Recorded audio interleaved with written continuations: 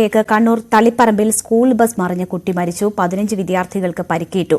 കൂനം ചിന്മയ വിദ്യാലയത്തിന്റെ ബസ്സാണ് വളക്കൈ പാലത്തിന് സമീപത്ത് വെച്ച് അപകടത്തിൽപ്പെട്ടത്. പരിക്കേറ്റ വിദ്യാർത്ഥികളെ തളിപ്പറമ്പിലെ സഹകരണ ആശുപത്രിയിലും താലൂക്ക് ആശുപത്രിയിലും പ്രവേശിപ്പിച്ചിരിക്കുകയാണ്. ശ്രീനി ആലക്കോട് അവിടെ നിന്ന് വിവരങ്ങളുമായി ചേരുകയാണ്. ശ്രീനി, ദുഃഖകരമായ വാർത്തയാണ്. ഒരു പുതുവർഷത്തിന്റെ തുടക്കത്തിലാണ് ഇത്തരമൊരു അപകടവും ആ വാർത്തയും വരുന്നത്. എങ്ങനെയാണ് അപകടം ഉണ്ടായത്? വിവരങ്ങൾ എന്താണ്? രേണുക, വളരെ ദുഃഖകരമായ ഒരു വാർത്തയാണ് ഈ പുതുവത്സര ദിനത്തിൽ നമുക്ക് തളിപ്പറമ്പിൽ നിന്നും കേൾക്കാൻ കഴിയുന്നത്. ഒരു സ്കൂൾ ബസ് മറിഞ്ഞ് 15ഓളം വിദ്യാർത്ഥികൾക്ക് പരിക്കേൽക്കുന്നു. അതുപോലെ തന്നെ ഒരു വിദ്യാർത്ഥിയുടെ ജീവൻ നഷ്ടമാകുന്നു. ഏറെ ദുഃഖകരമായ വാർത്തയ്ക്കാണ് ഈ പുതുവത്സരം നമുക്ക് സാക്ഷ്യമാകുന്നത്. അപകടത്തിന്റെ ദൃശ്യങ്ങളാണ് നമുക്കിപ്പോൾ ലഭ്യമായിരിക്കുന്നത്. എന്താണ് ഈ അപകടത്തിലേക്ക് നയിച്ചതെന്നത് ഉൾപ്പെടെയുള്ള കാര്യങ്ങൾ ഇനിയാണ് അറിയേണ്ടത്. പക്ഷേ ബസ് താഴ്ചയിലേക്ക് മറിഞ്ഞു തന്നെ അപകടമുണ്ടാകുന്നത്.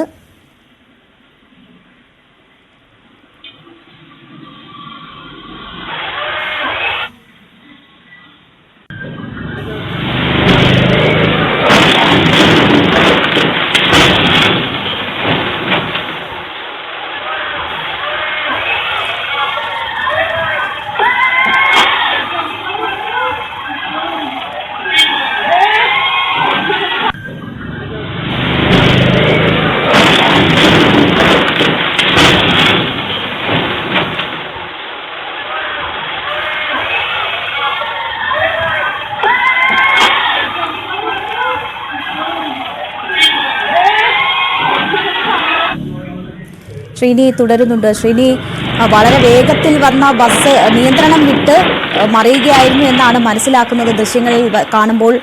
എന്താണ് നമുക്ക് പ്രാഥമികമായി ലഭിക്കുന്ന വിവരങ്ങൾ?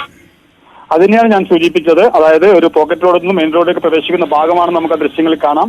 അവിടെ നിന്നും വളരെ അമിത വേഗതയിൽ വന്ന ബസ് എനിക്ക് തോന്നുന്നു ബ്രേക്ക് ചവിട്ടിയതിനു ശേഷം തലകീഴായി മറിയുകയായിരുന്നു. ആ മറിച്ചിലിന്റെ ഈ റോഡിൽ വീസ് ഉൾപ്പെടെയുള്ള തങ്ങിക്കിടക്കുന്നത് നമുക്കിപ്പോൾ ദൃശ്യങ്ങൾ കാണാൻ കഴിയും. അപ്പൊ അത്തരത്തിൽ ഒരു അമിതമായ വേഗതയാണ് ആ ബസ്സിനുണ്ടായിരുന്നെന്നാണ് നാട്ടുകാർ പറയുന്നത്.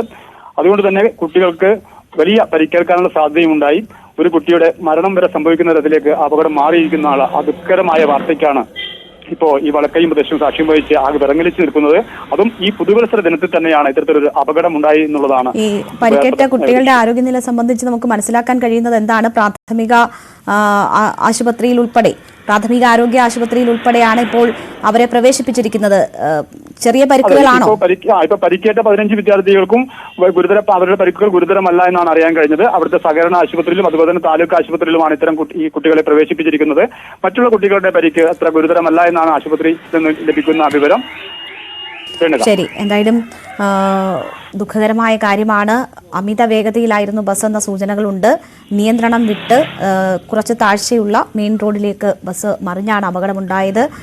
ഒരു കുട്ടിയുടെ മരണം സംഭവിച്ചിരിക്കുന്നു. പരിക്കേറ്റ കുട്ടികളുടെ നില അത്ര ഗുരുതരമല്ല എന്ന കാര്യമാണ് ഇപ്പോൾ ശ്രീനി സൂചിപ്പിച്ചത്.